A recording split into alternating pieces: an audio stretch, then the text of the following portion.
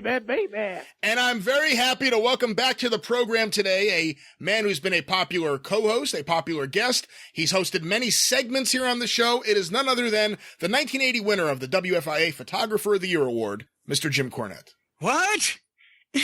What? I can't.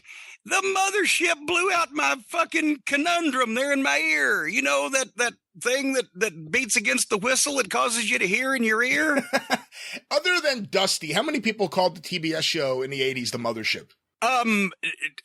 Nobody, but it was good enough for us. No, here's the deal actually is Dusty, I think, was a closet Parliament Funkadelic fan. No, really? I think so, because, and also, even though he professed his love for Willie Nelson and you know, Waylon and David Allan Coe and those such as that, when you think about it, look, go back to the late 70s outfits he wore on Atlanta TV, the fur coats and the fur hat and the stuff with the wild colors and everything, and the mothership.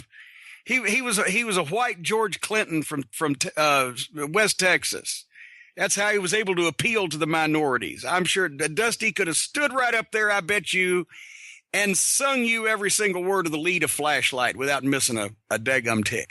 Who do you personally prefer? Funky Dusty Rhodes or country Dusty Rhodes? I like funky Dusty Rhodes. The first time I saw him on Atlanta TV, I got to go to my Uncle Harold's house, right, in Oak Ridge, Tennessee. He was out in the woods. They had cable out in the woods where they had it in the big towns down there in those days.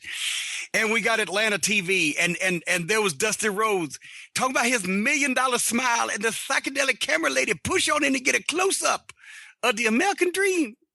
Sweet to be sad. And it just was fucking great. Nobody did that. It was incredible. I've seen the promos that he sent into Memphis that very brief time where he worked against Lawler, and I saw the promos he shot. You know, they're all in the Florida studio. They're all the same look that he sent into Mid-South. I've seen like that same loop of promos that he shot there, you know, in front of the black curtain, black wall behind him. And they're all so good. They're all so amazing. I love that version of Dusty Rhodes. Well, and plus, when you think about it, he was so popular. He was such a star that he was going from territory to territory, working the big towns. And all of those promos would be different. They'd be about different opponents and different stipulations and different territories, so that he would have to make the content different. And he would stand there and just rattle off this performance art one right after the other. And it was amazing. He did the same thing in Charlotte, you know, at Crockett's office when we did promos there every week. It may be the most miraculous thing in wrestling history, the fact that an overweight man with a lisp and a splotch on his belly became one of the biggest drawing cards everywhere he went, like Dusty Rhodes did. You could almost say it was like the American dream. That's pretty good. That's a good version of funky Dusty Rhodes there. Because he morphed. Like when he goes to New York, he's wearing the fur coat and a big floppy hat. And then, like, he starts getting more country, the cowboy boots, and he's wearing the cowboy hat. He went through different phases on TBS, too. He wore the Celtics gear, came out in the fur coat. Well, but you got to remember now, when he first turned babyface in Florida, he was funky, but he was country funky, because there was a lot of rednecks down there in Florida in those days. But then when he went to Atlanta, which was a predominantly black market and audience in that state, in that area, he could be George Clinton funky. But then if he went to Texas and he main evented in Houston, he could talk about how he was from Texas and you know, he was the full-fledged cowboy with the fucking cowbell and the goddamn bull rope. And so he could do everything. He's one of those guys that if he had had a extended run in Memphis, would have been one of the biggest stars in Memphis wrestling history, I think. Oh, God, yeah. I mean, obviously the problem was pretty early on in his career, he had got himself priced out of the Memphis market for all but shots. Actually, let me ask you this, because I don't know the whole story, and you may have been around when this happened.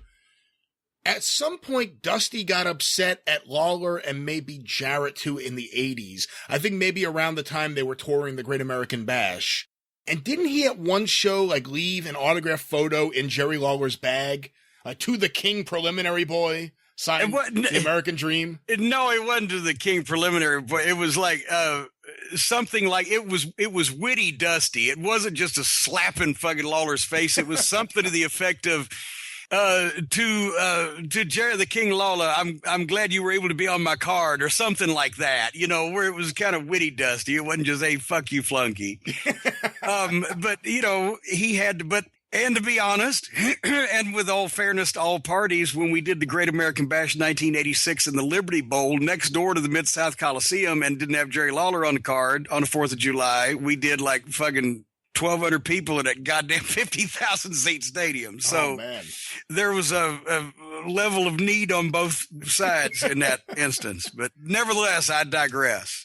I've gotten my hearing back. Thank you now from the mothership. Yeah, I like the fact that you do it with me now on the Jim Cornette Experience each week when I do. Oh, well, besides that, when people come up to me now at the conventions with the 605 shirt, I point at them, the mothership.